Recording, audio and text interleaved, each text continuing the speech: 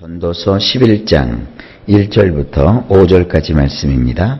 1절 말씀을 보면 너는 내 떡을 물 위에 던져라. 여러 날 후에 도로 찾으리라.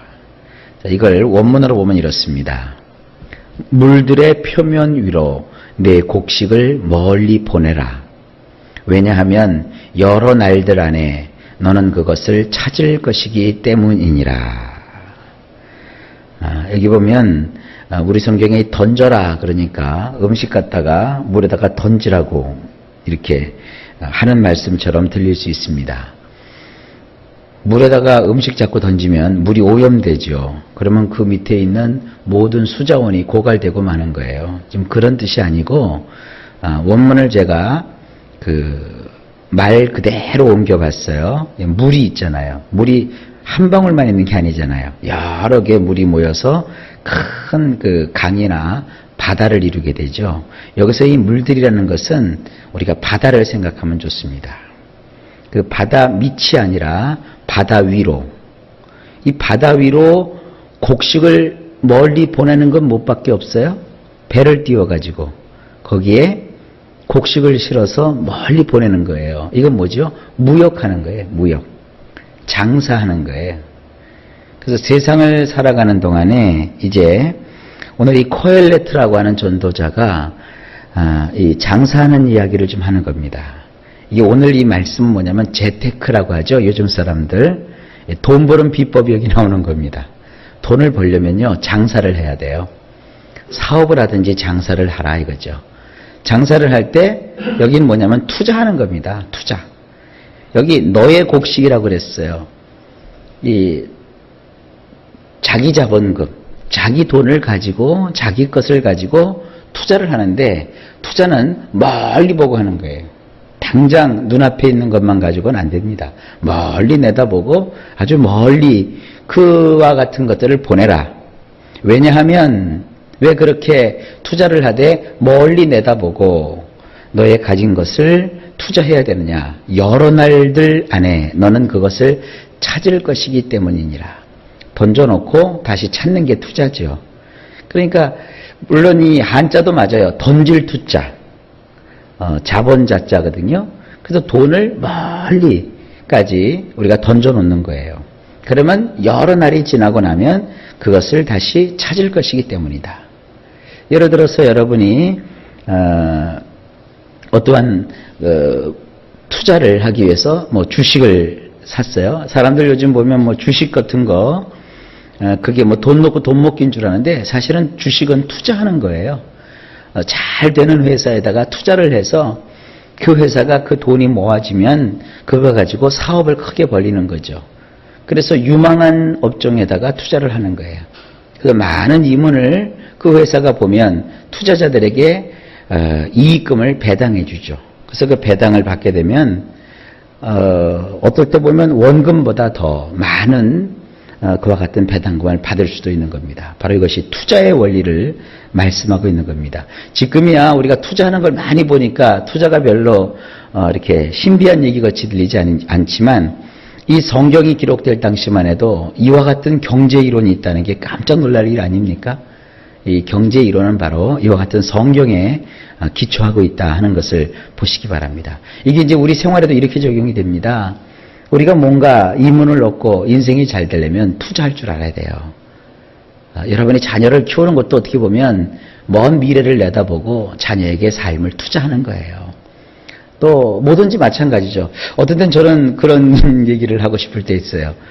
사람들을 찾아가면서 당신의 삶과 당신의 시간과 당신의 물질을 한번 이 목사에게 투자해봐라.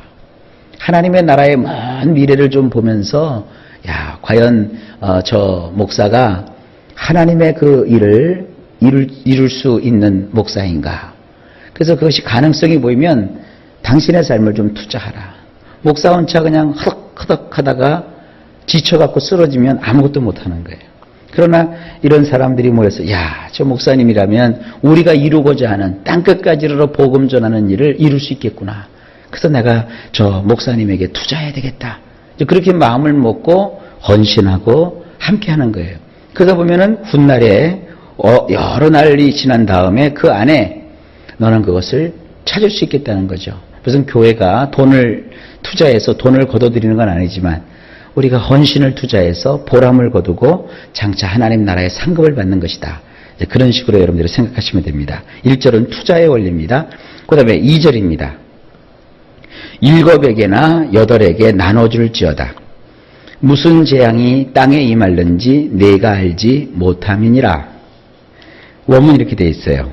7쪽 또는 8쪽으로 나누어서 죽어라. 왜냐하면 땅 위에서는 어떤 나쁜 일이 벌어질는지 내가 알지 못하기 때문이니라. 역시 투자의 방법입니다. 이걸 요즘 세상 사람들은 분산 투자라고 하고요. 이 주식시장에서는 결안을 바구니에 나누어 담아라, 이렇게 이 구절을 해석하고 있어요. 물론 그들이 이 구절이 있는지도 모르고 그냥 그런 얘기를 하는데 이겁니다.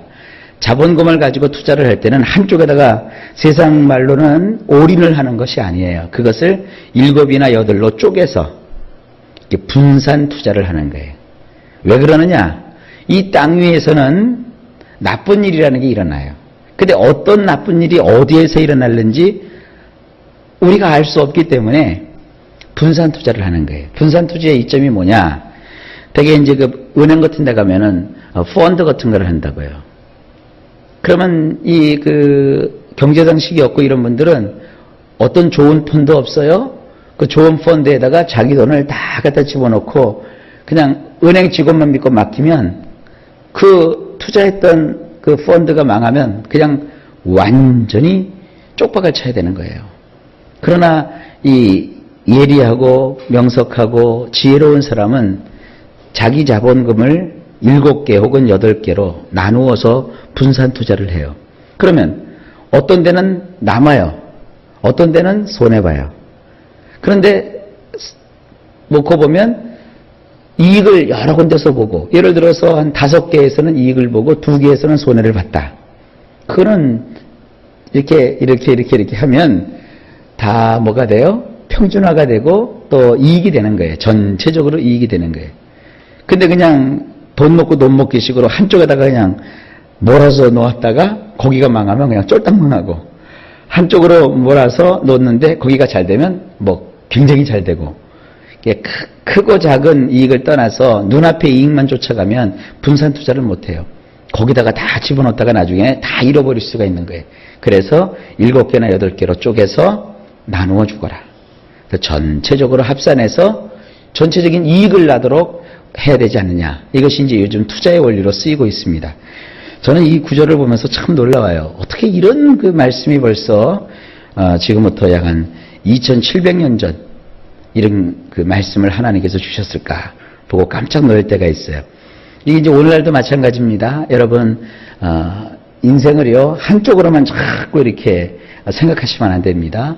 어떤 나쁜 일이 세상을 살아가는 동안에 있는지 몰라요. 그러니까 이것도 저것도 하면서 우리가 이렇게 분산 투자하라, 이런 교훈을 잘 요즘도 받아들이시면 좋습니다. 자, 이거 넘어갑시다.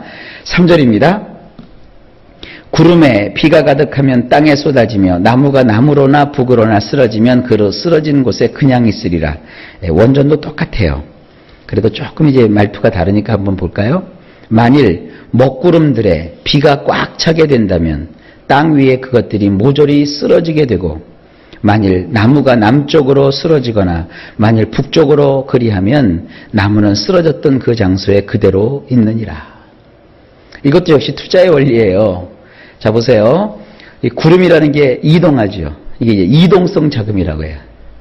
이렇게 이동을 하잖아요. 이동을 하면서 이 구름이라는 것은 그때그때에 따라 굉장히 달라요. 습도가 민감해서 이렇게 습도가 많은 지역에 보면 작은 구름이 막 이 습기가 몰리면 이 구름이 커지면서 거기에 비가 꽉 들어차요.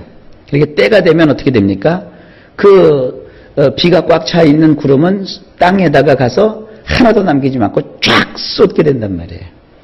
투자를 해도 돈이 몰릴 수 있는 곳, 이제 부동산 투자 같은 거 할 때도 그렇잖아요. 아무거나 땅 사는 게 아니라 땅값이 오를 만한 곳에 갔다가 이렇게 투자를 해야 결국 꽉 들어차면 때가 되면 그때 거기서 촥 하고 쏟아지는 거예요. 여기 지금 그 원문에는 이런 표현이 있어요. 비가 꽉 들어차게 되면 모조리 비우게 된다 그랬어요. 그러니까 이게 먹구름이 이렇게 수증기잖아요. 그럼 이게 구름이 커지고 시커매지죠. 그러면 이게 처음에 이렇게 구름이 계속 모이면 늘어만 나니까 저게 뭐야 이러다가도 어느 정도 꽉 차게 되면 더 이상 구름 상태로 있지 못하고 그것이 차니까 확 쏟아지는 거예요. 돈도 마찬가지예요, 여러분요. 돈도 하찮게 조금 이렇게 돈 우습게 여기면 평생 큰 돈 못 만져봐요. 물방울 같이 수증기 같이 해도 작은 거지만 이것이 모이면 결국 큰 부를 이룰 수 있게 되는 거예요. 그럼 결국 그것이 와자장창하고 쏟아지는 큰 그 먹구름처럼 그렇게 모이는 거예요. 그러니까 이 작은 것 때문에 여러분들 소홀히 여기고 그러시면 안 됩니다. 그 작은 물질이 합쳐져서 큰 비구름이 되는 것처럼 우리 인생도 그렇게 되는 거예요. 이게 투자의 원리입니다. 그런데 이 나무에다가 투자하는 것처럼 여기 보세요. 나무가 있는데 나무가 이렇게 잘 자라면 괜찮은데 자라는 나무에 투자를 해야 되는데 지금 이 나무는 뭐예요? 쓰러진 나무예요. 쓰러진 나무. 나무가 뭐 북쪽으로 쓰러질 수도 있고 남쪽으로도 쓰러질 수 있는데 지금 쓰러지니까 뭐가 뽑힌 거예요? 뿌리가 뽑혀 있어요. 구름은 쬐끄만 거라 방울 모이는 거니까 별것도 아닌 것 같지만 그러나 그것이 모이면 어떻게 돼요? 큰 비가 되지만 나무는 굉장히 커 보이죠. 근데 뿌리가 뽑혀 있단 말이에요. 북쪽으로나 남쪽으로 북이나 남으로 이게 극단이죠. 그 나무가 뿌리가 뽑힌 나무는 쓰러지면 세월이 지나가서 보면 쓰러진 나무가 더 커져요? 쓰러진 채 그대로 있다는 거예요. 그러니까 뿌리 뽑힌 나무에다가는 투자하는 게 아니요. 왜 옛말에도 있잖아요. 될성 싶은 나무는 떡잎부터 알아본다고요. 그러니까 잘 될 수 있는 데다가 투자를 하란 말이에요. 영적인 투자도 마찬가지죠. 주함께 교회가 잘 될 것 같으면 여기다 여러분 투자하십시오. 근데 이 교회가 뭐 별 것도 없어. 그러면 그냥 그대로 있을 거예요. 그러니까 이 가치를 알면 투자하게 돼 있어요. 이게 투자의 원리입니다. 이걸 뭐 새벽 시간에 제가 뭐 장황하게 얘기할 수는 없고요. 될성 싶으면 투자하십시오. 그리고 작은 그 티끌 우습게 여기지 마세요. 오늘 그 집에 가서 방 쓸면서 100원짜리 10원짜리 보고 그 별것도 아니야 이러지 마시고 자꾸 이렇게 땅바닥 쳐다보면서 10원이라도 아끼고 100원짜리도 모아갖고 자꾸 티끌 모아 태산이요. 하여간 우리 성도님들은 다 부자 되십시오. 투자를 할 줄 알아야 돼요. 자, 그 다음 4절입니다. 경제 얘기하니까 재미있죠. 또 재미있어요. 보세요. 4절에 풍세를 살펴보는 자는 파종하지 못할 것이요 구름만 바라보는 자는 거두지 못하리라. 원문이 이렇습니다. 바람을 지켜보는 자는 뿌리지 않을 것이며 먹구름을 보는 자는 추수하지 아니하느니라. 이것도요 일종의 그 삶을 살아가는 원리고 투자의 원리이기도 해요. 봐요. 씨가 있단 말이에요. 씨를 어떻게 해야 돼요? 뿌려야 되잖아요. 그럼 장차 올 열매를 보고 그냥 뿌리는 거예요. 나지 아니할까 염려하지 말고 뿌리는 거예요. 그리고 추수하는 사람이요 낫을 들고 나갔으면 추수할 때는 가차없이 추수해야 돼요. 이게 주식 같은 데 보면 이런 원리가 있어요. 물론 이제 현대의 복잡한 경제 문제를 이렇게 뭐 단순한 성경 구절 한 구절로 풀을 수는 없지만 성경은 이와 같은 투자의 원리를 굉장히 크게 보여주고 있습니다. 이게 오늘날도 마찬가지입니다. 보세요. 뿌릴 때는 확 뿌려야 되는데 뭐로 자꾸 봐요? 바람을 지켜보는 거예요. 바람이 이렇게 불고 바람이 저렇게 부는데 바람이 찬데 바람이 더운데 이게 뭐예요? 요즘으로 말하면은 이제 주식시장에 가면 이렇게 흐름, 소문, 이 소문을 바람이라고 하거든요. 자꾸 소문에 귀를 기울이면 뿌려야 될 때 못 뿌리고 소신껏 뿌리지를 못하고 갖고 있으니까 어떻게 돼요? 아무것도 못하는 거예요.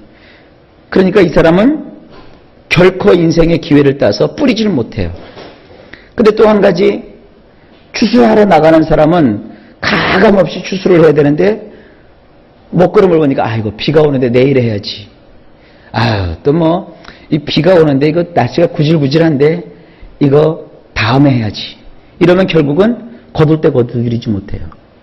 이걸 뭐라고 하냐면 적시에 투자한다 이런 뜻이에요. 적시에 투자한다.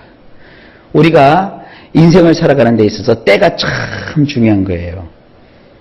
뭐든지 이 초창기 처음 할 때 뭔가 이렇게 투자할 수 있어야 그게 성공하는 거예요. 뭐 이런 게 있죠. 옛날에 그 치킨집이 한참 붐처럼 일어났을 때 처음 치킨집을 한 사람은 돈을 다 벌었대요. 그런데 남들 다 지금 치킨집 잘 된다고 하니까 늦게 돈 박박 긁어 모아갖고 치킨집 한다고 하니까 그 사람들은 다 망했대요. 그러니까 이런 거예요. 이 성경을 보게 되면 뿌릴 때 뿌리고 거둘 때 거두라는 건데 이게 이제 오늘날 경제 원리로서는 그 적시 투자예요. 적시 투자. 이걸 볼 줄 아는 게 뭐냐? 이게 지혜고 이걸 볼 줄 아는 사람이 뭐냐? 부자 되는 거예요.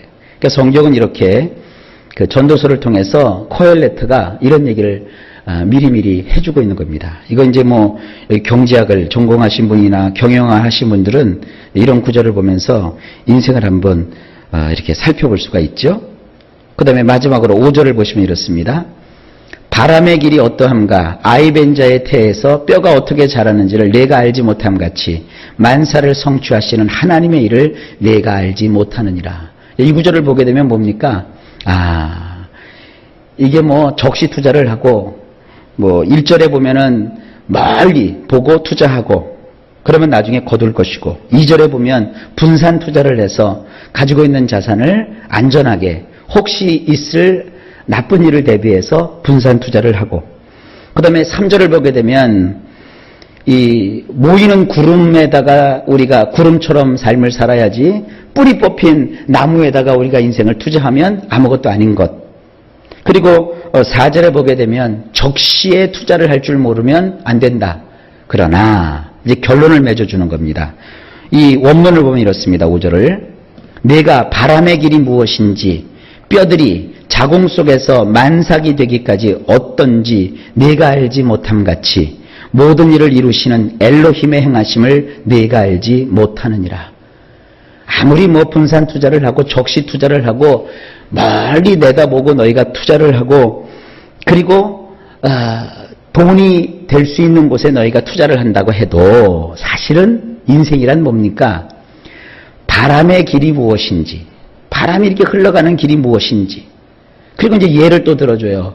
모태에서 어머니 자궁 속에서 그 아기가 그 뼈들이 어떻게 자라며 어떻게 큰 정상적인 아이로 성장하게 되는지 내가 알지 못하지 않느냐. 지금도 마찬가지죠. 뭐 이 산모들이 그 뱃속에서 아기가 자라긴 하지만 뭐 산부인과 의사만큼 무슨 뭐 그 아이가 성장하는 과정을 눈으로 떨어지게 자기가 볼 수 있겠습니까? 가끔 뭐 이 산모들 산부인과에 가가지고 한 달에 한 번씩 검진받는 것이 끝이죠. 그러면서 아기가 잘 자라고 있습니다. 이렇게 알 뿐이죠. 그러니까 전문가가 아니면 알 수 없는 것. 그렇지만 중요한 건 뭡니까? 그 아기가 엄마 뱃속에서 자라나는 거예요. 바람은 부는 것이고 모태에 있는 아기는 자라서 만삭이 되면 출산하는 거예요. 그러나 이 모든 것을 우리가 알 수 없어요. 이처럼 모든 일을 이루시는 엘로힘 하나님의 행하심을 내가 알지 못하는도다. 인생은 어차피 앞날을 알 수 없어요. 그러나 하나님께서 그것을 이루시는 거예요.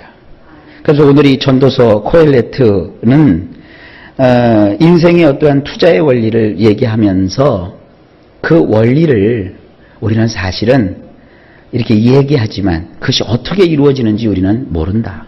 그 모든 것을 이루시는 것은 누구냐? 하나님이세요. 허리띠를 졸라매며 티끌모아 태산이라고 조그만 동전 하나도 가볍게 여기지 않고 꼬박꼬박 모아서 통장에다가 또 저금통에다가 차곡차곡 모아놔도 어느 한순간 하나님께서 그를 흩어버리시면 그것도 다 없어져 버리고 마는 거예요. 큰 자산을 모았어도 어느 날 하나님께서 그의 인생을 흔들어 버리시면 그 알뜰살뜰 모아놨던 것이 아무것도 아닌 것처럼 날아가 버리는 거예요. 그래서 오늘 이 본문 말씀은요, 이렇게 투자하라 저렇게 투자하라, 투자의 원리를 설명한다기보다는 이러한 투자의 원리가 있다. 그러나 결국 그것도 다 뭐예요? 헛된 거예요. 그러면 결국 우리 인생을 이루시는 건 누구냐면 엘로힘, 우리의 하나님이세요. 여러분, 그러므로 하나님을 의지하십시오. 그러나 하나님을 의지해도 하나님께서 우리에게 이 부자 되는 원리를 알려줬으니까 이런 원리도 우리가 깨달아가면서 결국은 물질을 풍요롭게 하시는 것은 우리 하나님이시다 하는 것을 오늘 이 말씀을 통해서 우리가 깨닫게 됩니다. 자, 오늘도 하루가 시작되었습니다. 일마다 때마다 주께서 평강을 주시고 여러분이 행하는 모든 일에 형통함을 이루시기를 우리 구주 예수님의 이름으로 간절히 축원합니다.